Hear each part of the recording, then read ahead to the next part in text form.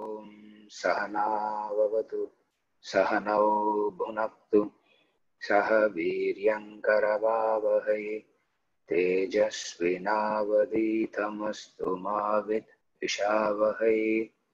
ॐ शान्ति शान्ति शान्तिः।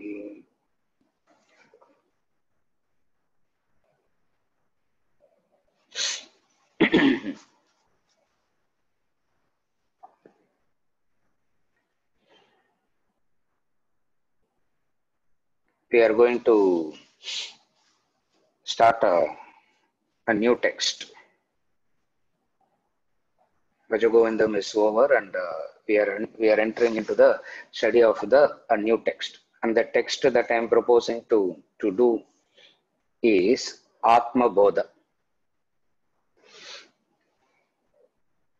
Another introductory textbook. The first one we finished is Bhajagovindam. The book that we are going to study now, the text that we are going to study now is Atma Bodha. Another introductory textbook.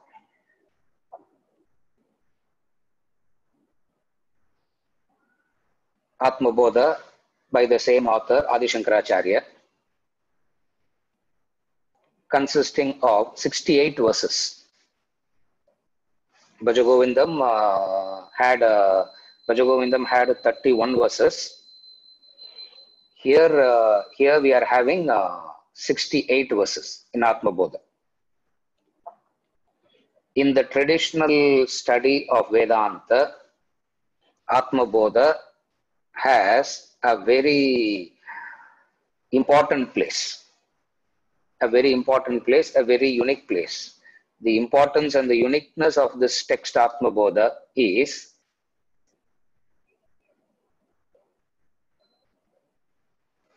all the various ideas and concepts that is spread out over the Upanishads, the Brahma Sutras and the Bhagavad Gita. He has put it in a sequence form of understanding it. So, a serious student of Vedanta always start with the study of Atma Bodha, because to study the Prasthanatraya, the three authoritative textbooks of Vedanta, is called Prasthanatraya. The Prasthanatraya is Bhagavad Gita,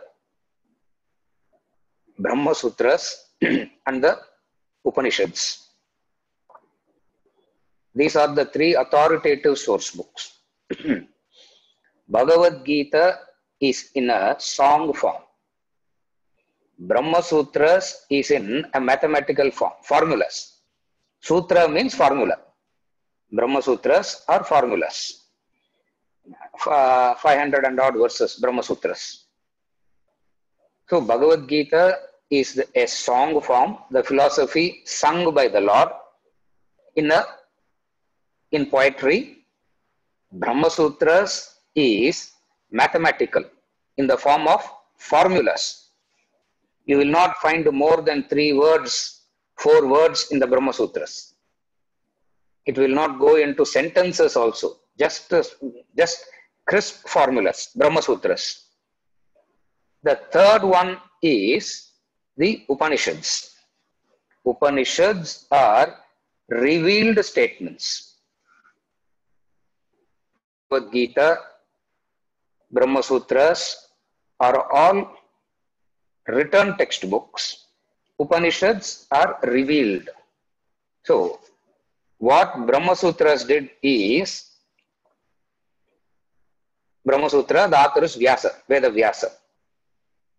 For his contribution is what we celebrate Guru Purnima as Veda Vyasa's birthday is what is the day we have taken symbolically to celebrate the Guru Purnima. Now, what he has done in Brahma Sutras is that which is spread over the Upanishads, he concised it and gave it in a mathematical form. And it went to 555 verses, roughly. 555, sorry, 555 sutras. That which is in mathematical form, revealed statements are just a statement of facts. No, in the revealed statement, you are supposed to have done all your work by yourself and understand the revelation. The revealed statement will not sit and give you logic and reason of anything. It makes statements, statement of fact. Isavasyam idam sarvam yat kincha jagatyam jagat. All that is seen is divine only. One of the Upanishads, Isavasya Upanishad says, all that is here is only divine.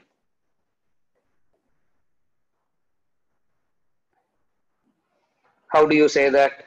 Then how can I account for what I am seeing? Now all these questions you cannot ask there. For you are supposed to have done all this work by yourself and have come to that height where you want the revelation. So the Upanishads are the revealed textbooks, revealed statements. Brahma Sutra is written by a Purusha, a person, Vyasa. Again, Bhagavad Gita is also by a Purusha in the form of Lord Krishna. So these are the three authoritative textbooks of Vedanta. The Upanishads, the Brahma Sutras, and the Bhagavad Gita. Bhagavad Gita, we don't call it as revealed textbook. Brahma Sutras are not called as revealed textbooks. Only the Upanishads are called as revealed statements. Tattvamasi. That's all. It's a revelation. Vedas, the knowledge, the ultimate knowledge is not a Purusha Smriti. Purusha Smriti means which is not written by any human being. It is there for eternities, revealed. When we say revealed means it is there, a person recognized it. Just as gravity is not a discovery, gravity is a revelation. It is there, this person recognized it. The railway engine is a railway engine versus law of gravity. What is the difference between the two? Railway engine is a creation, a discovery made by a human being versus recognition of something as a fact. Law of gravity is a recognition of a fact. Now when we talk about Vedas, these Vedas is given the authority of the revealed statements. It is not by any person. Now what Vedavyasa did is he took out the message and made it into 555. Krishna in the Bhagavad Gita, what he did is he made it into a song form. Sutras, when it is sung, it is that much easier to, when something is sung, it is comparatively easier to remember, understand. Sutras are slightly more difficult to remember and understand. Revealed statements you can by heart, you can memorize, you can recollect, but you will not be able to understand what is said in that. Now what Adi Shankaracharya did is, for a serious student who has to study this Prasthanatraya, some vocabulary, some basic concepts needs to be understood. Some basic vocabulary, some basic concepts has to be understood. With this purpose, he wrote this introductory textbook called Atma Bodha. Is to help you to understand the Bhagavad Gita, the Brahma Sutras, the Upanishads better. 68 verses. Now, 68 verses is a preparatory textbook. Now, for the preparatory textbook, we have a uh, for the preparatory textbook, we have to sit and prepare to study the preparatory textbook. We are going backwards and backwards and backwards. So how many years we will sit and prepare only, we don't know. But then, what is the difference between Bhaja Govindam and Atma Bodha? In Bhaja Govindam, he took out the direct experiences of life and introduced it. Acquisition and enjoyment is what the life is. So he approached the introduction to knowledge from a very practical angle. That is why if we want to introduce Vedanta to a person, we will not start with Atma Bodha. We will not start with Bhagavad Gita. We always start with Bhaja Govindam, because he starts with something which you can relate to. What are your actions, acquisition and enjoyment? What is acquisition? What is enjoyment? The methodology, the consequences. What is the way? He said it. In Atma Bodha, what he does is, he goes slightly more technical. He goes slightly more technical.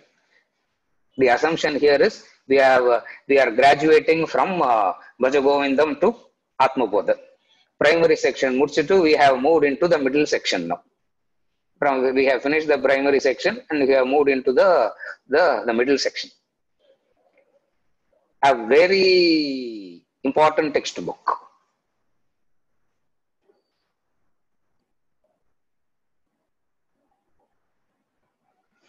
Bodha means knowledge. Bodha means teaching. Atma Bodha means teaching about the self. Bodha means teaching. Now, I'm not going to speak anything about the author Shankaracharya here. We have studied about him already. We have discussed him already. There's no need to go about and read, because we all know Adi Shankaracharya. There's no need to talk about the author here. So I'm not discussing the author. We are moving straight into the text. First I explained what is the relevance of Atma Bodha. The relevance of Atma Bodha is, if you have to understand the concepts of Vedanta, you need a certain analytical method has to be taught to you. Certain vocabularies must be known to you. Then when you sit and study the Gita, the Upanishads, it becomes easier to grasp what is said in that. That is the purpose of this Atma Bodha. Now, so the purpose of Atma Bodha is explained. It is an introductory textbook, so that when you study, if at all you want to study and do Mananam on Gita, the Upanishads, the Brahma Sutras and all that, you need a clarity on some vocabulary, on some fundamentals. Without these vocabulary and clarity on fundamentals, you get into the study of the Gita. While studying Gita, we have to sit and discuss the fundamentals. As a result of which, what happens? Sometimes we feel what we are saying and what is said in the verse seems to be disconnected. Because there, since the introductory knowledge is not there, this basic concepts is not understood, we have to introduce the basic concepts while studying the Gita also, which makes it very difficult for the students to follow. Like, for example, the proper Bhagavad Gita starts from verse number 11 of chapter 2. Verse number 11 of chapter 2 is what the Bhagavad Gita starts. And where he starts is straight away he starts with the discussion of Sat and Asat and Mithya and all that. For you are supposed to have understood all these basics already. He starts with the Sat and Asat and Mithya. If you are finding that difficult to understand, do obligatory actions. Now, there the discussion is at a bachelor level. Now, Atma Bodha bridges the gap. That's where Atma Bodha becomes a very useful textbook. For it bridges the gap so that when you study the Gita, your understanding is better. Traditionally, the Atma Bodha is studied. The sequence is the Bhajagovindam, the Atma Bodha, the Bhagavad Gita, the Upanishads. The sequence is Bhajagovindam, Atma Bodha, Bhagavad Gita, the Upanishads. Fortunately, we have the book Vedanta Treatise and the few other books, The Fall of Human Intellect, The Holocaust of Attachment and all that, which is covering everything in the language of the prose. Here, all this is covered in the language of poetry. That's the only difference. The Vedanta Treatise, the Fall of Intellect, the Fall of Human Intellect, the Holocaust of Attachment, the Thesis on God is a complete set of books on Vedanta. You don't need anything other than these books. Nobody needs anything other than these few books. The Fall of Human Intellect, the Holocaust of Attachment, the Vedanta Treatise, Thesis on God is complete books on Vedanta. We don't need anything more than that to study Vedanta. Now that is in a prose form, which is more where we can relate to it more. Now what this Bhajagovindam, Atma Bodha, Bhagavad Gita and all does is the same knowledge is given in a poetry form here. Or what is given in poetry form, Swamiji has taken it and made it more digestible in the prose form. What we are doing now is we are moving from Bhajagovindam to Atma Bodha, the study. Bhajagovindam, introductory textbook from the practical angle of life. Atma Bodha, introductory textbook using the technical terms, the concepts, the vocabulary.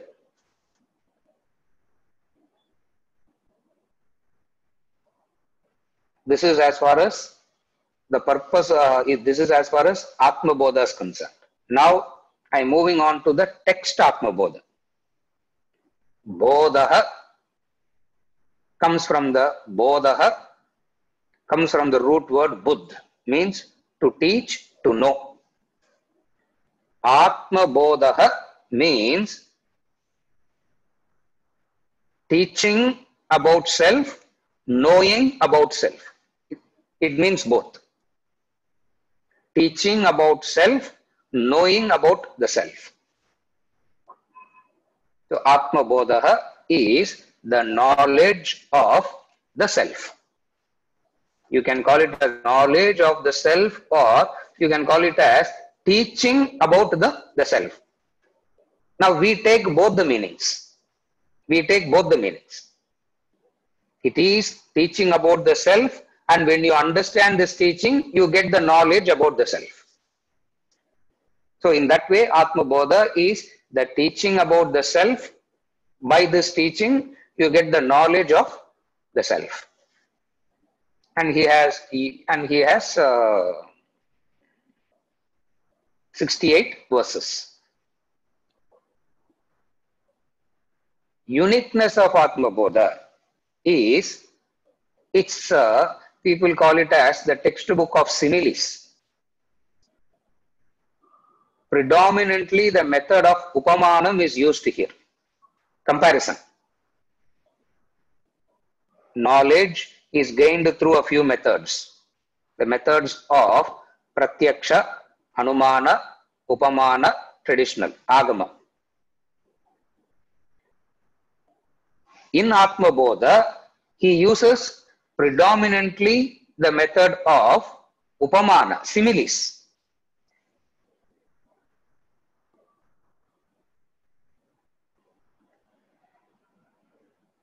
Pratyaksha, you need to know these four sources of gaining knowledge. Pratyaksha is gaining knowledge through perceptions. Pratyaksha it is. And then what you have gained through Pratyaksha, you infer to understand it better. Pratyaksha is one source of knowledge. What is Pratyaksha? Sensory perceptions are Pratyaksha knowledge.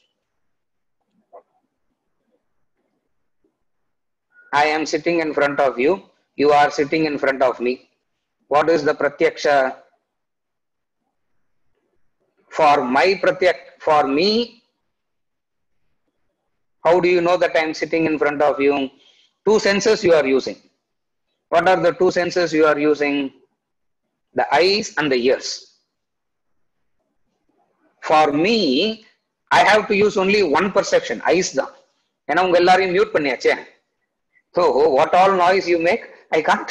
So it's all like so to me it is like watching like a silent movie in front. I don't know what is.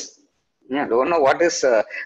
Sometimes when it goes blank, also I really don't know whether the person is there or they have fallen off to sleep or went to have breakfast. And then you come back and continue the class. I really don't know. But then pratyaksha. How do we know that knowledge? How do you know that I am there? And how do you know that I am sitting here? This method is pratyaksha. Pratyaksha. Now, that is not the only way in which we can gain knowledge, because pratyaksha sometimes can be very confusing. Pratyaksha sometimes can be very misleading.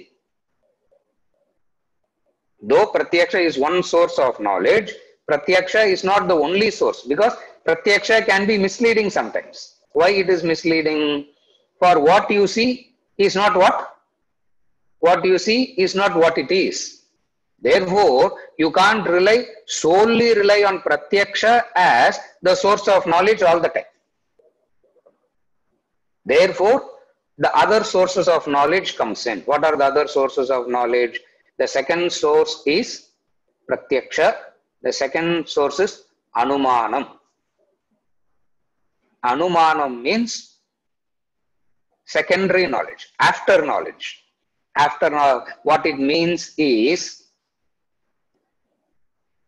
take the standard example. What they use in the Mimamsa, Tarka, Shastra and all that. The standard example is where you see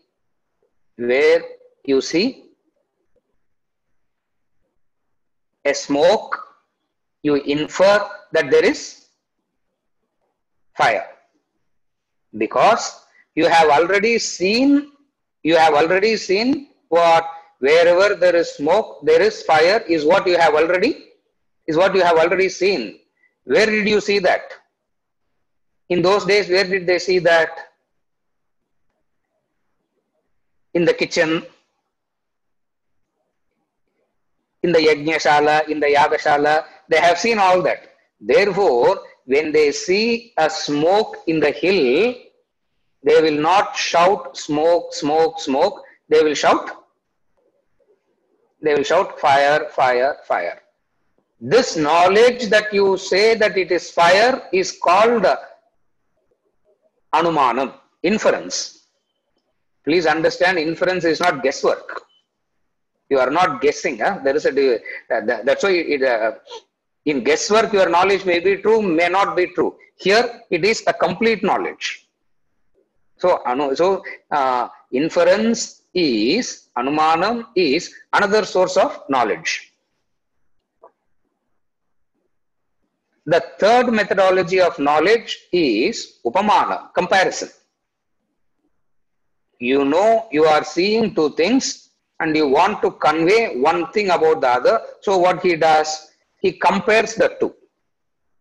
Comparison is another method of gaining knowledge.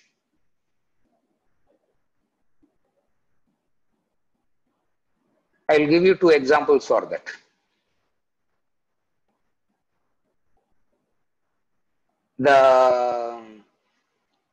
The comparison for upamana is the wild cow. The person is walking into the forest. He sees an animal crossing.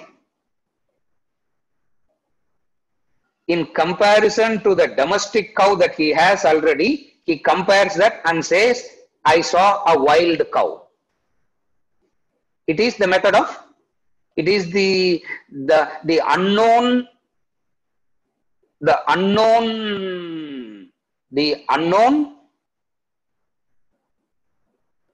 animal has become known by the method of what? By the method of Upamana comparison. This is another method of knowledge. Another example is, you want to say he is a brave boy. You want to give the knowledge that X is a brave person. You want to give this knowledge that X is a brave person. So you say, this person is like a lion. This person is like a lion. For lion, you know already. Lion is understood as the brave animal already. How do you know that lion is brave? When lion comes, all the animals walk away quietly. If there is a fight between the two, sometimes lion can lose. That's not the point here. That's not the comparison here. What is compared here is, when the lion comes in, everybody, all the other animals move away. So from this you understand what lion is, and you want to communicate. What do you want to communicate? This person is brave, like the lion. Immediately you will not ask, will he have a mane? You will not ask, because lion have, the male lions have the mane. No, so you will not ask whether does he have a mane also. Upamana.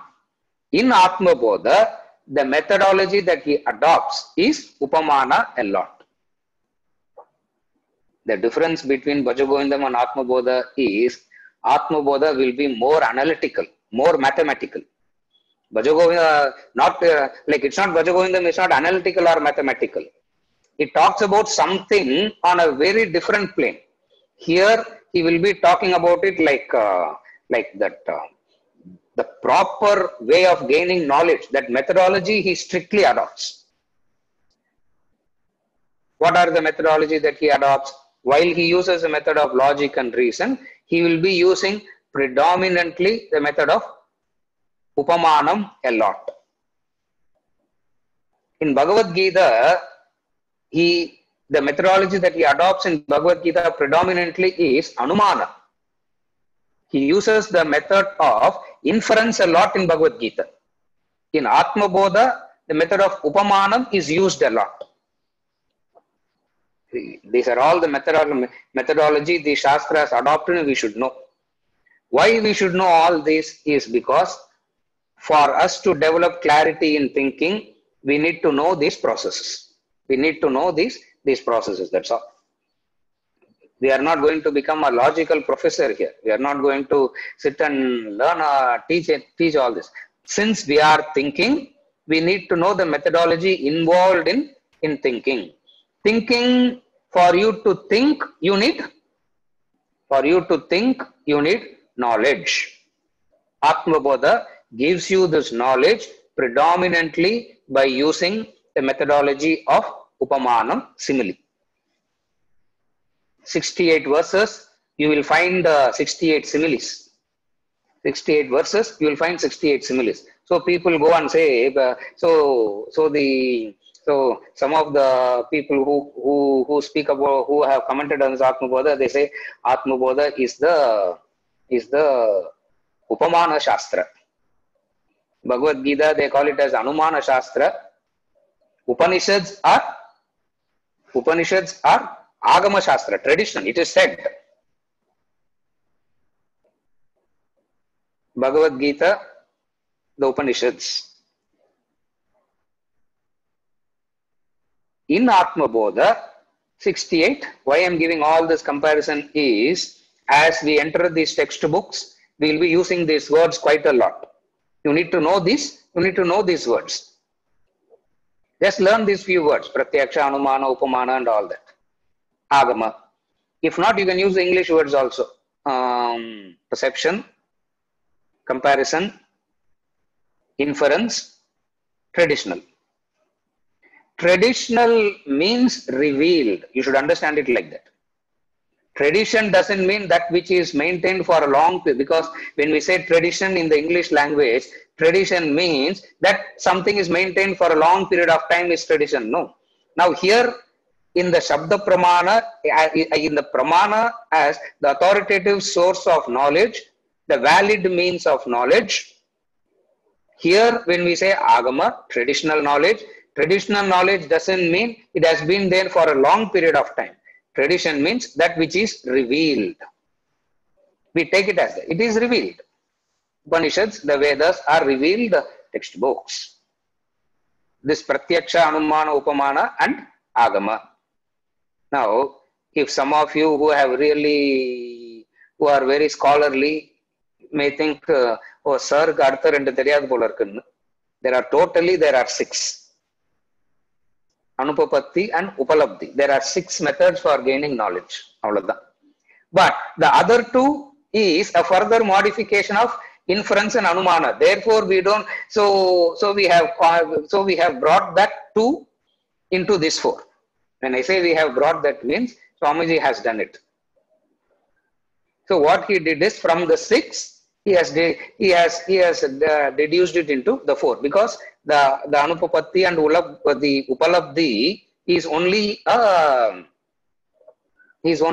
a further modification of this. Yeah. Why I am saying all this is, Venkat, tomorrow show off pandran. What all I know, I am just showing off. That's all. Just to show off that I have also studied a lot. I also know so many, just showing off all of that. Don't worry, these are all just technical details. When I say technical details, it is necessary because these are all the methodology that that we will be adopting to understand the verses as we go into the text. So the 4 sources of gaining knowledge: Pratyaksha, Anumana, Upamana, Agama, tradition. Agama, also known as Shabda. Agama, you can call it as Agama or you can call it as Shabda. Shabda means that which is heard. Shruti. When you say that which is heard, means that which is heard belongs to a category of the Shruti. Therefore, these 4 sources of knowledge, when he is trying to give this Atma Bodha, now connect. When he is trying to give this knowledge of Atma Bodha, though he will be using all the 4, predominantly the method that he is going to use is the method of Upamana, comparison, simile. Therefore, you find each and every verse have one simile. This is as far as the meaning of the text Atma Bodha is concerned. When we say Bhaja Govindam, what is the meaning of Bhaja Govindam? Worshipping Govinda. That is the name of the text. Here, what is Bhagavad Gita means? Bhagavad Gita means sung by the Lord. Sung by the Lord. That is Bhagavad Gita. The Lord himself has sung. Gita, song. Upanishad means Upa, Ni, Shad. Upa plus Ni plus Shad. Upanishad na near, sit, below. I am not going into those details now. So each and every text, you need to know the meaning of the text. In Atma Bodha, I am trying to explain what is the meaning of this text. Atma Bodha. Atma means the self. Now, are you okay till now? Atma Bodha. Now, I explained Bodha, knowledge. Now, Atma. Now, what is this Atma means?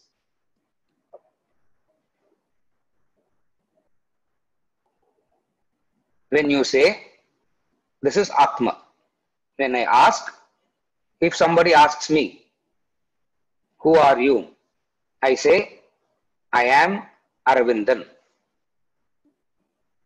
So, there are 2 things here now. What are the 2 things? What are the 2 things? One is the I and another is Aravindan. So, in Atma, what is this? Atma, does it belong to Aravindan or is it the I? This knowledge is what Atma Bodha is all about. Again, I repeat.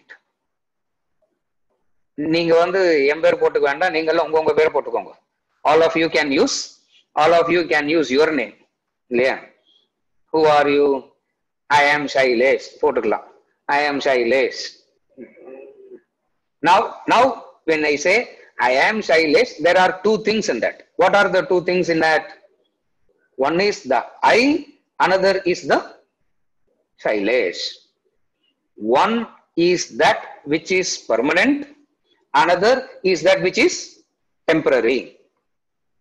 One is that which is Nitya, another is that which is Anitya. So the I portion is spoken about, the Nitya portion is spoken about, the Anitya portion is also spoken about. So what is Atma Bodha now means?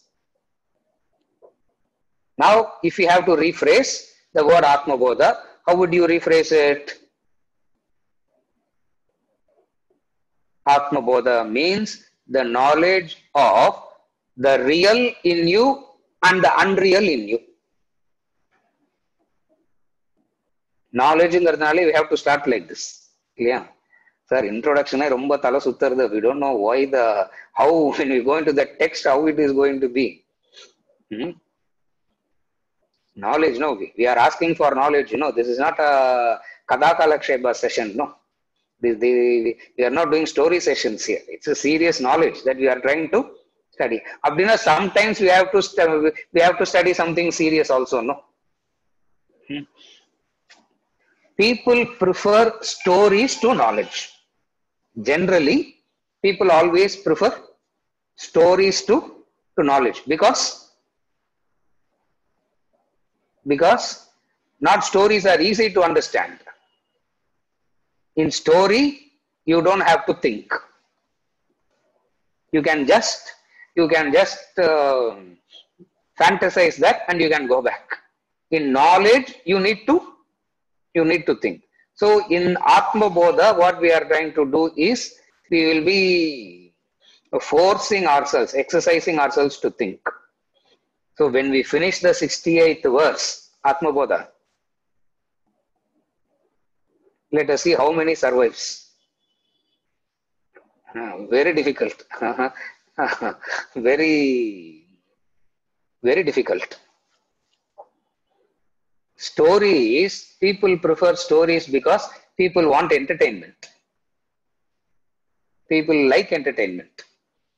People want entertainment, people like entertainment. Now, we are not entertainers. Yeah, we are not dancers. We are not entertainers here. Here, we are studying a text. It means it's a knowledge. And when we study it, we try to make it as we try to make it as simple as it can get. We try that. But knowledge per se is exercising the thinking. So what is Atma Bodha means? Atma means the self. The self means the two. What are the two? Use your name, you will understand. I am Arvindan. Arvindan is what? He will talk about the Panchakoshas and all that. To talk about the Anitya part. And then what is this I? Nirguno, Nishkriyo, Nityo, all that he is going to talk about the I. So separately he will talk about the I part and separately he will talk about the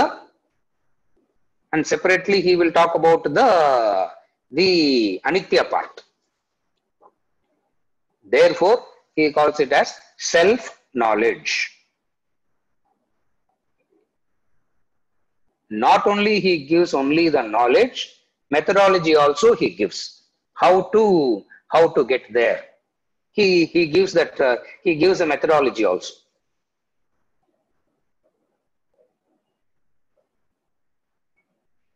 Teaching about who you are, helping you to analyze and understand who you are by yourself is Atma Bodha. One thing is to say Tattvamasi, you are that. Another thing is how to help you investigate, analyze and understand for yourself. Atma Bodha fills that gap. One thing is to say you are that. Another thing is to say how to help you to investigate, analyze, understand so that you will know it by yourself. The methodology that he uses here is by the process of right analysis. As we study, we will know all the logical and scientific methodology that Vedanta uses. That's why Bhajagovindam is very, very meaningful. Because we say this knowledge is very rational, very scientific. No. We keep saying that. Now, what are the basis? Atmabodha gives you the pramanams, the basis upon which we say all these. So, in that way also, Atmabodha is a very meaningful textbook. This is as far as the title Atmabodha. This is as far as the title Atmabodha is concerned. Now we are going to see the breakup of the 68 verses. The breakup of the 68 verses. The 68 verses is broken up into 8 topics.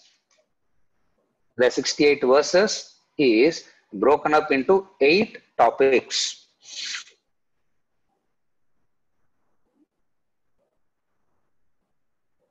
As we go into the verses, we'll be saying the topic 1 starts, the topic 2 starts, the topic 3 starts, we'll be doing it. But now you need to understand that it is broken up into 8 topics.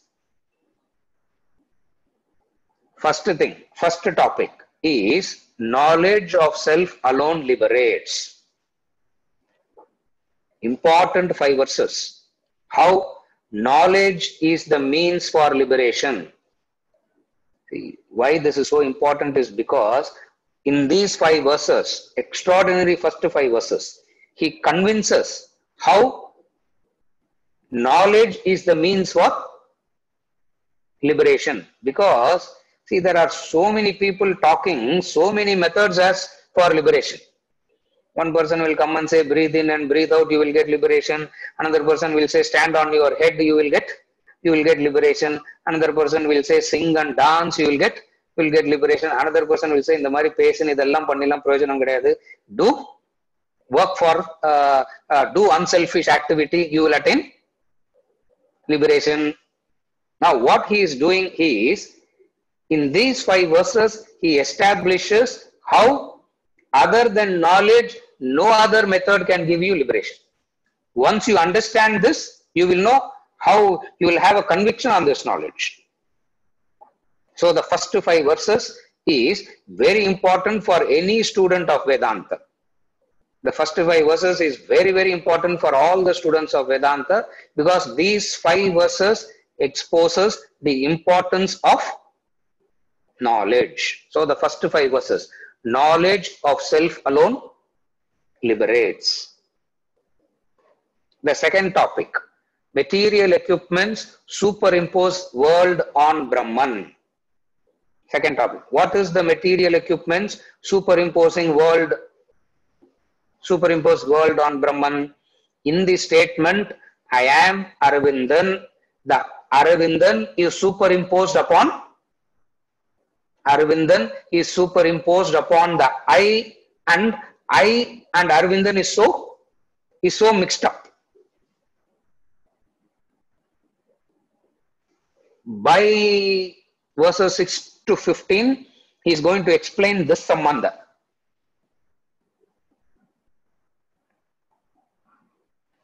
Sambandha means the relationship. Third topic, by discriminative self-analysis, separate self from the material equipments. Verses 16 to 29 is the methodology of analysis. When we go there, we know how precise it is, how logical.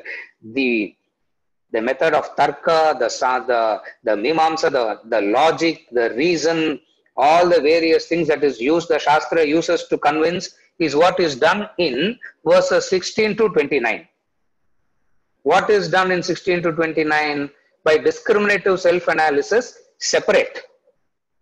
Previously, I and Aravindan is so intertwined.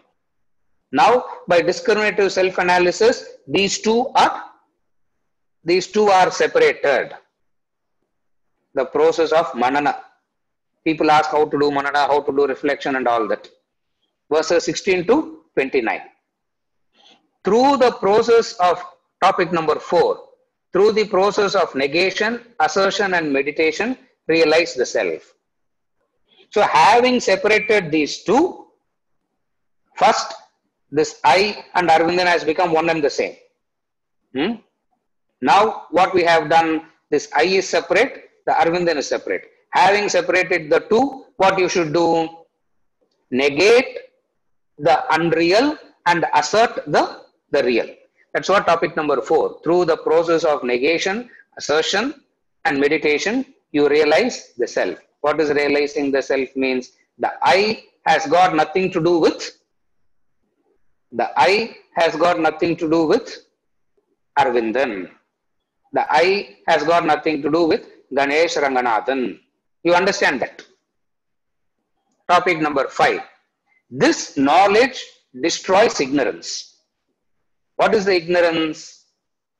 In verse number 1 itself we start. What is ignorance? It destroys ignorance. The self reveals itself. You are, topic number 4, you are negating and asserting. What you are practicing in topic number 4 is experienced in topic number 5. Knowledge destroys ignorance. The self reveals itself. When the self reveals itself, topic number 6. Brahmavit Brahmaiva Bhavati. The self realized merges with Brahman. Topic number 7. Nature of Brahman. What is Brahman? Tad Brahmet iti avadharayet. Tad Brahmet iti avadharayet. Tad Brahmet iti avadharayet. He is going to repeat it. 10 verses he is going to repeat. 54 to 64. Tad Brahmet iti avadharayet. Tad Brahmet iti avadharayet. Know this to be Brahman. Know this to be Brahman. Know this to be Brahman. The last topic is a conclusion. Conclusion is always how the conclusion will be. What we start with will be the conclusion. What we start with, knowledge of, what is the first topic? Knowledge of self alone liberates. Knowledge of self alone reveals Brahman. So the last 3 verses is the conclusion. Verses 65 to 68. This is the brief methodology. This is the brief framework, the flowchart of Atma Bodha. This is the flowchart of Atma Bodha. Again I repeat, knowledge of self alone liberates. It is knowledge of self alone liberates, emphasizing the importance of knowledge. The second topic is material equipment superimpose world on Brahman. What is material equipment superimposing world on Brahman? Use this statement. In Atma Bodha, we will be regularly using this statement. I am your name. I can't keep saying your name, I keep saying my name. I am Arvindan. This Arvindan is superimposed on this I, and it has come to understand that I means Arvindan. That is what superimposition is. Where the rope, the snake is superimposed upon the rope, and snake becomes known. Now what he is doing is, in topic number 3, by discriminative self-analysis, separate the rope and the snake. Separate. What is separating means? Separate the I and the Arvindan. Separate these two. See, when you sit for Manana, you are supposed to sit and do this discrimination. You are supposed to do it. If you do it, you are gaining knowledge. And this Atma Bodha is such a wonderful introductory textbook, is to teaches you the methodology of how to study.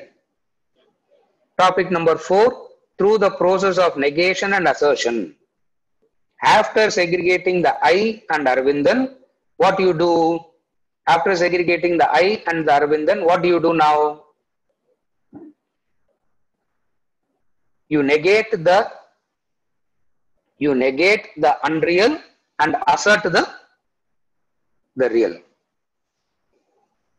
Knowledge, topic 5. Knowledge destroys ignorance. The self reveals itself. Here, what is the knowledge? The process of negation and assertion and all that is the knowledge, and that reveals itself. The self reveals itself. Self-realization is not an attainment. Self-realization is not an achievement. Self-realization is a recognition of what is there already. What is there already? In the statement, I am Aravindan, what is there already? The I is there already. Aravindanradhu 10வது நாள் தான் வந்தது இல்லையா? Depending upon the culture that you came from. The name Aravindan came only on the 10th day. Adu varaikum, what is the name? Something. But what was there from the beginning? The I is there. So that I reveals itself. I reveals itself. And that I is what is known as Brahman. The self-realized, topic number 6. The self-realized merges with Brahman. Brahmavit Brahmaiva Bhavati. Brahmavit Brahmaiva Bhavati. 6. The 7th is nature of Brahman. What does the nature of Brahman means? The nature of Brahman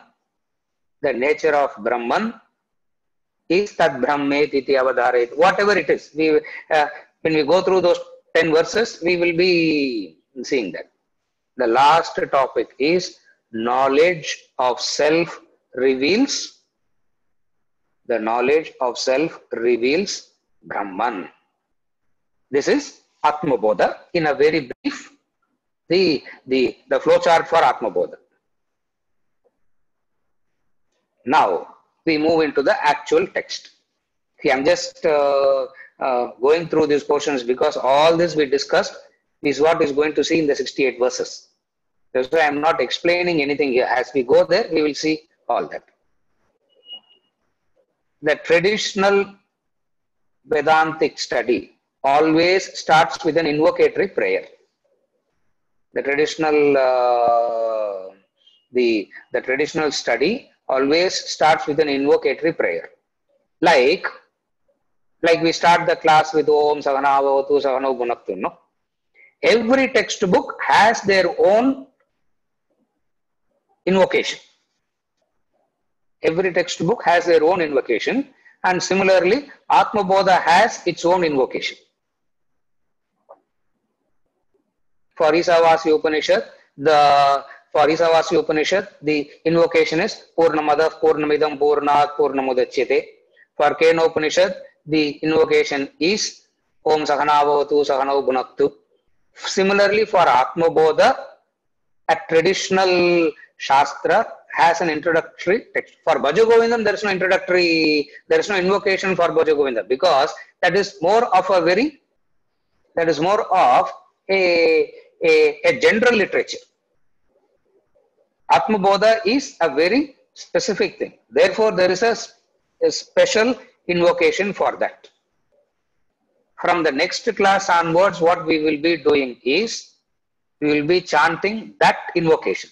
We will not be chanting the regular Sahana Bhavatu Sahana Bhunaktu. We will be chanting the invocatory prayer, which is for Atma Bodha itself. Now, we will start with that text. We will start with the invocatory prayer today.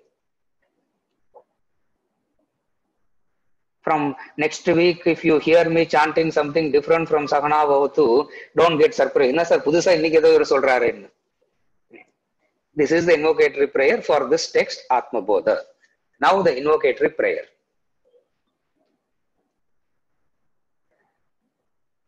Next week, Venkat, before we start the session, neenga oru 3 vaati chant pannunga, so that people will get the tune of it. That's all.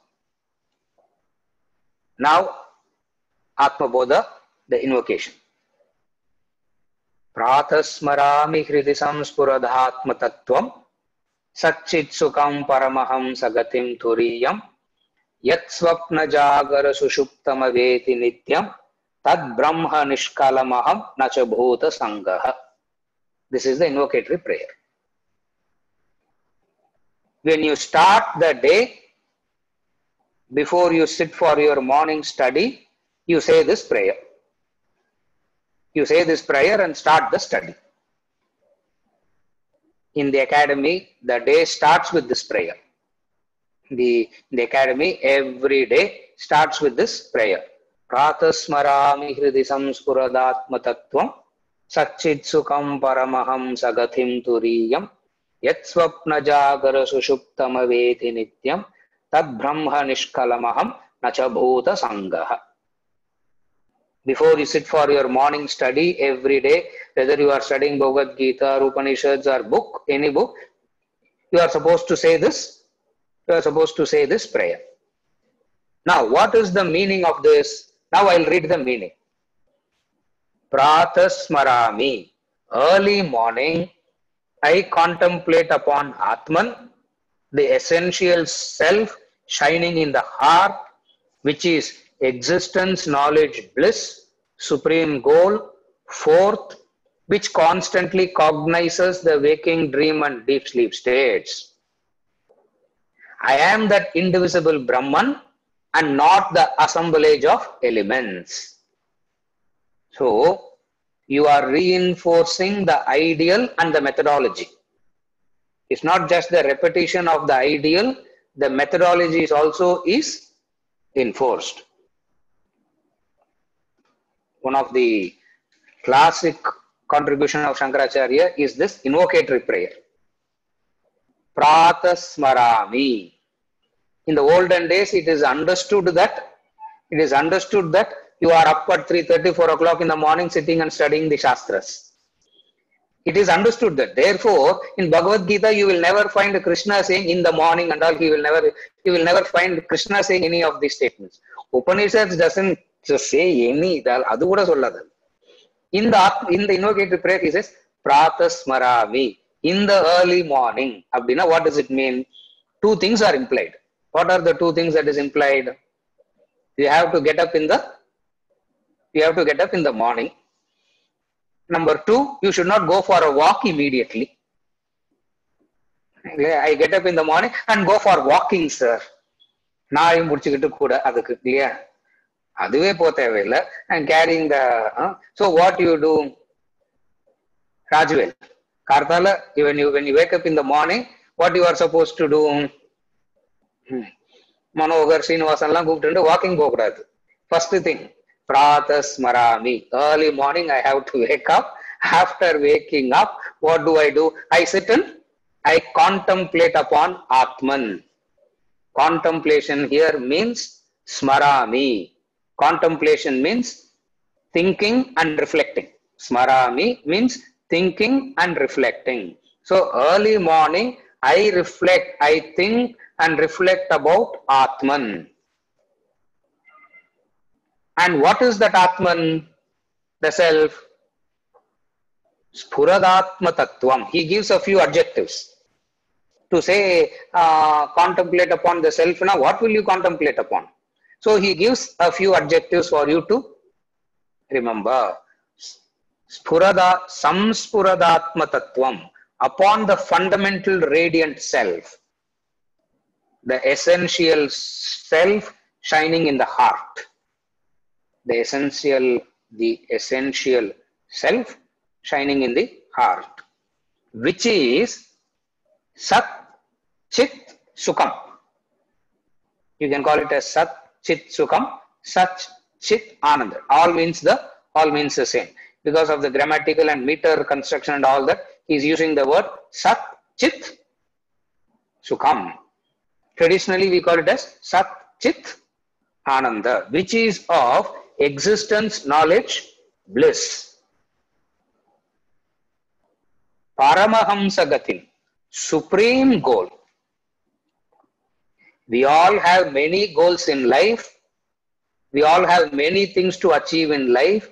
We all pursue many things in life. of all the pursuits, there has to be a supreme pursuit, the highest pursuit, the fundamental pursuit, the noblest pursuit. What is that?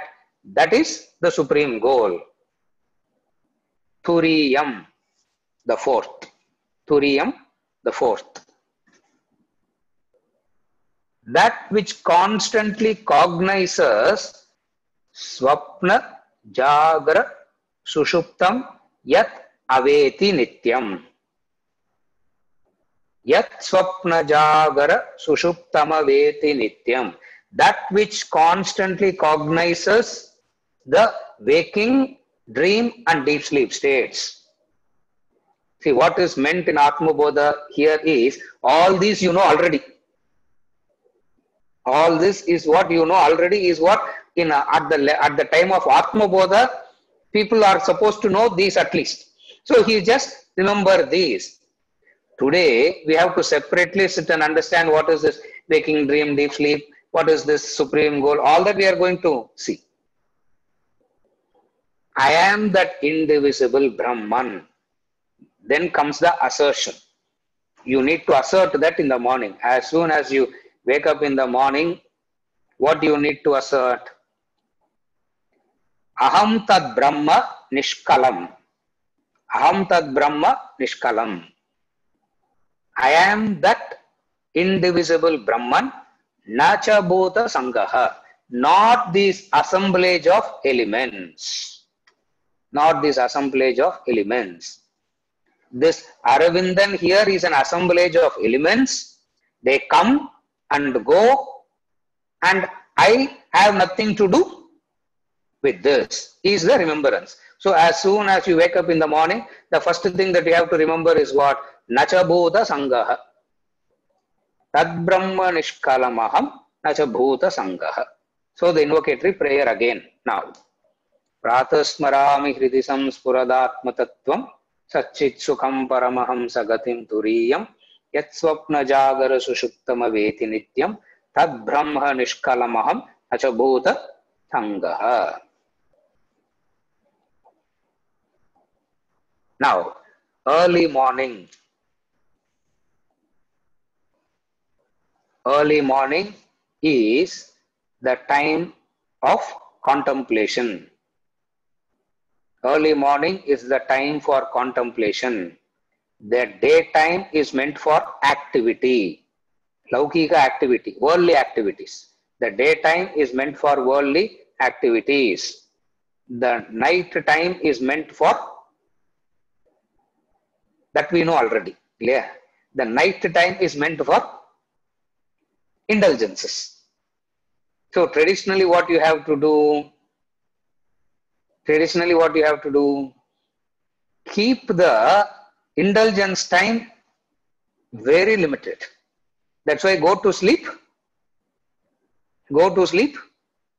early and wake up early. When you wake up early, the sattva guna in you is available for contemplation, for thinking.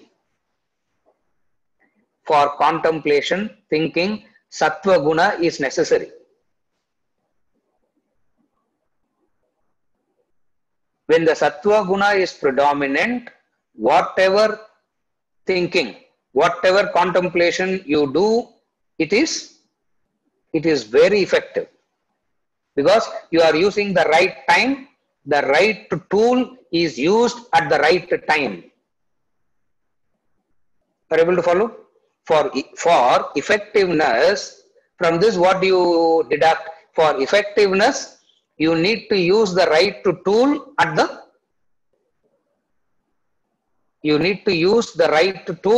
the right time. So first he is saying the right tool and the right time. What is the tool? The buddhi, the intellect, the process of smarami, contemplation, thinking and reflecting and all that. That not only the tool as important is the time. So what is the time? Prataha smarami. Prataha means the time that starts from 3:40 to 5:20. That's the Prataha time. It starts at 3:40 and ends by 5:20. Because we are so used to compromising, we say 4 to 6. That is also a compromise, and we say at least 5 to 6. Yeah. It doesn't really matter, he says. After 6 o'clock, it doesn't really matter when you study, what you study, because the time is lost. So, Prataha Smarami, the tool. If you see, I don't know whether you have observed, when in the videos, when the introductory thing about Swamiji said about the books, there will be a statement that will come. All the books were written between 4 and 6 in the morning. All the books were written between 4 and 6 in the morning, means the best tool is used at the best time. When the best tool is used at the best time, the product is also would be of.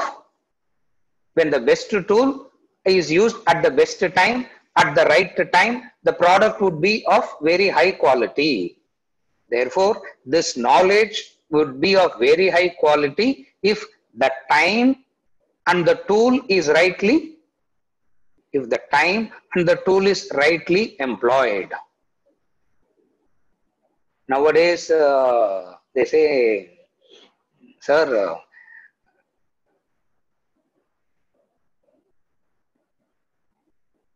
I can study well only in the night.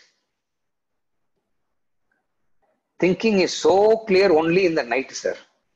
Because early morning sleep is only coming. Understand this law. Anything evolutionary, the right time, the right tool will not come to you naturally. You need to make an effort to do that. Effort is required to do this. So, effort is required for Pratah Smarami.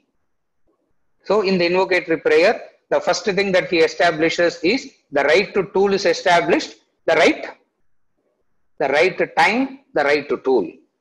What is the tool? Thinking is the tool. Smarami, the tool. Time is Pratah.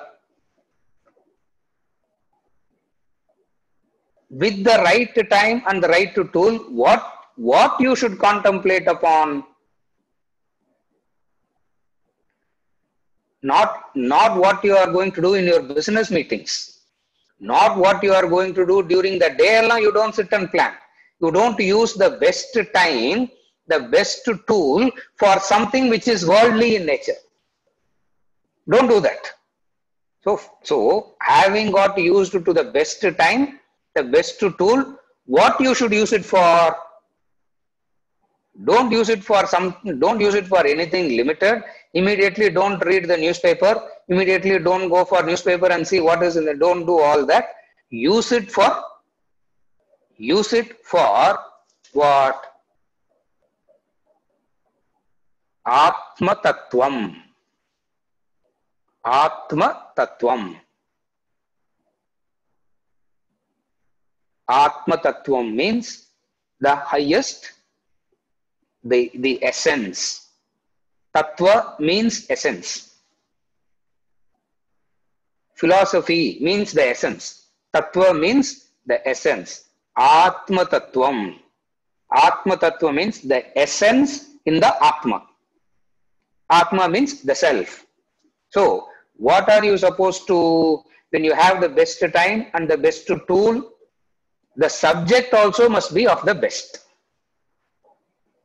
What is the best subject? The best subject is the discrimination between Nitya and Anitya.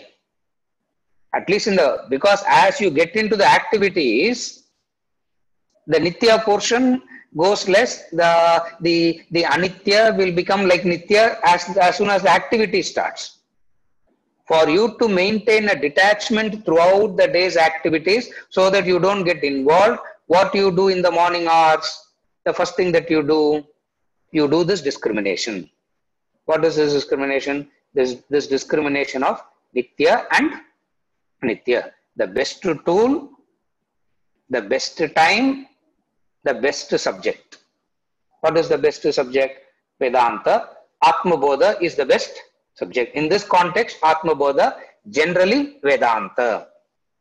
So for all practical purposes, he doesn't refer to his particular text Atma Bodha. He refers to the complete knowledge called Vedanta. So for all practical purposes, what does it mean? In the early hours of the morning, wake up and do Vedanta study. அவ்வளவுதான் இன்வோகேட்டரி prayer. இதை ஃபர்ஸ்டே சொல்லிருக்கலாம் sir, நீங்க இவ்வளவு ஸ்டோரிலாம். You could have said this in the beginning itself. What does it mean? In the early hours of the morning, study Vedanta. Just making the statement will be of just making the statement will not convince you to do that, or you will do it third day, fourth day, third week, sixth month, you will stop because you have not. For a practice to see, you can start a practice without understanding, but to maintain the consistency of the practice, knowledge is required. You can get inspired and start some practice, but to be consistent in that practice and go right till the end, understanding is required. So what is this understanding? Prataha means the best time, Smarami, the best tool, Atma Tattvam, the subject. So when you are in the best time, using the best tool, what is the subject that you have to study? The best subject. What is the best subject? The study of Atma, the study of the self. Now, what is the study of the self means? Go back to the fundamental statement. I am Subramaniam. I am Subramaniam. In this, I study. Atma Bodhana, I am Subramaniam, garda study mandrada Atma Bodha. What is this I and what is this? What is this I and what is this? What is this thing called? Subramaniam. And then Subramaniam, you think you know, actually you don't know about that Subramaniam also. The I is virtually, the I is completely unknown. So what he does is, he tells you how to do that. Nacha Bhuta Sangaha. Subramaniam na. What is Subramaniam here? Bhuta Sangaha. The assemblage of elements. So, I am Subramaniam. Now what do you do? I am that indivisible Brahman, not this assemblage of elements. So, when you say I am Subramaniam, what is the assemblage of elements is? The Subramaniam part is the assemblage of elements. The I is the Brahman, Atman. So when you study, what are you supposed to study, and what are you supposed to remember, and what are you supposed to understand, and what are you supposed to experience? Tat Brahma Nishkalamaham Nacha Bhuta Sangaha.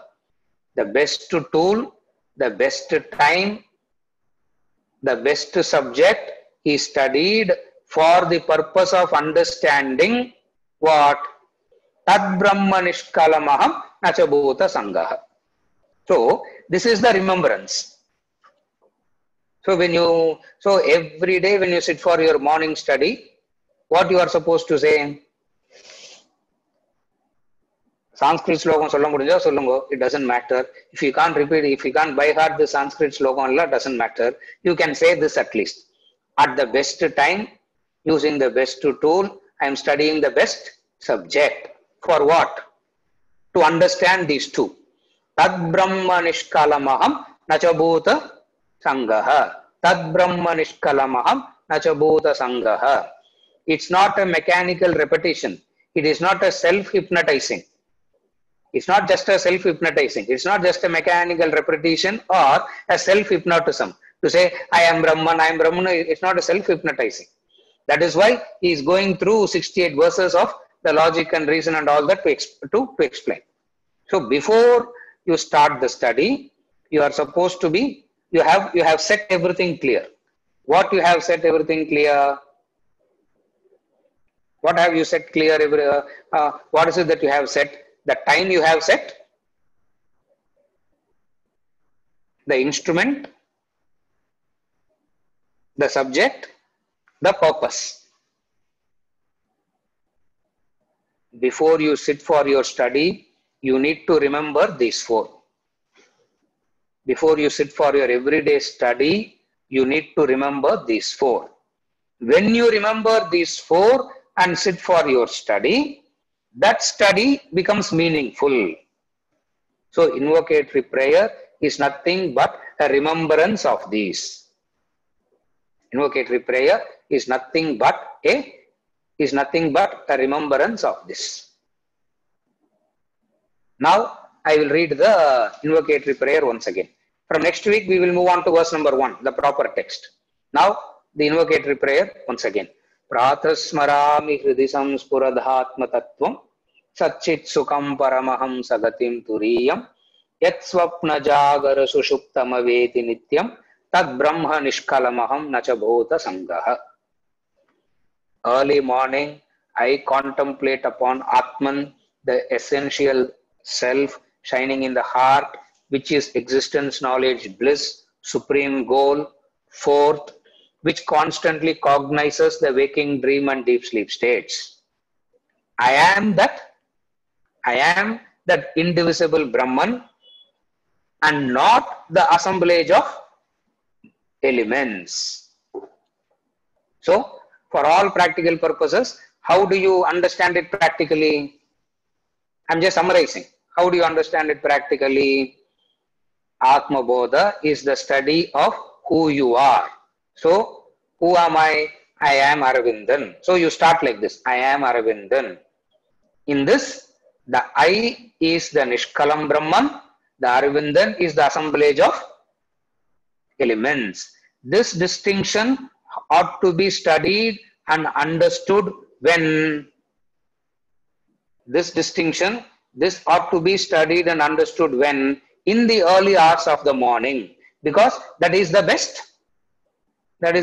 time. So the best time, using the best tool, with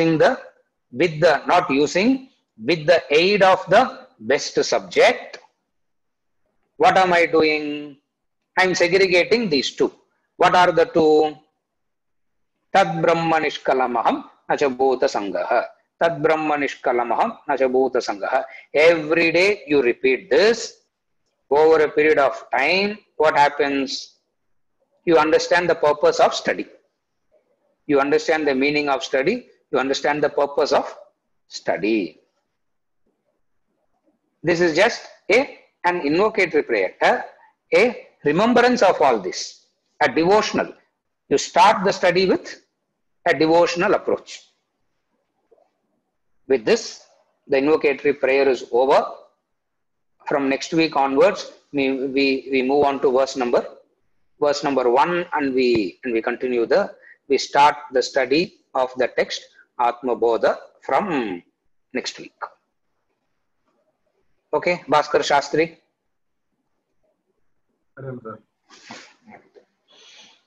Bhaskar Ramurthy was asking me, sir, ஒரே டென்ஷனா இருக்குது, எந்த subject எந்த book எடுக்க போறீங்க சொல்லவே இல்லையே. I said, இது என்ன நியூ ரிலீஸா? நான் இருக்க பஜகோவிந்தம் ஃபாலோட் பை ஆத்ம போதா புக்லயே இருக்குதே. I said, you take the book Bhajagovindam followed by Atma Bodha, it means what? It is already there. Bhajagovindam is going to be followed by Atma Bodha. What is the new? What is there to get excited about it? Therefore, these two. With this, we have finished the invocatory prayer. From next week, we move on to verse number 1, Atmabodham. Seriya? Is it okay? Now, Bala, I saw your question, which is a tangential question, and I didn't want to answer this because it will interrupt the flow. When we talk about the methodology of worship rituals done in temples and all that, what they call as Agama Shastra. Here, the term Agama is used in the same fourth methodology that you are referred to. Agama means traditional sciences. Agama means traditional science. When we say traditional science, means it is based on the authority of something. It is based on the authority of something. So, is it the same methodology that we are referring to here? No. We are not using that Agama here. It two different meanings. Which as we are in one of the verses in between, the method of symbolism will come. In that, we will be discussing this in detail. But as of now, the answer is both are not used in the same sense. They are two different subjects altogether. Even though the name seems to be the same. It is two completely different. With this, we conclude for today and continue with verse number 1 next week.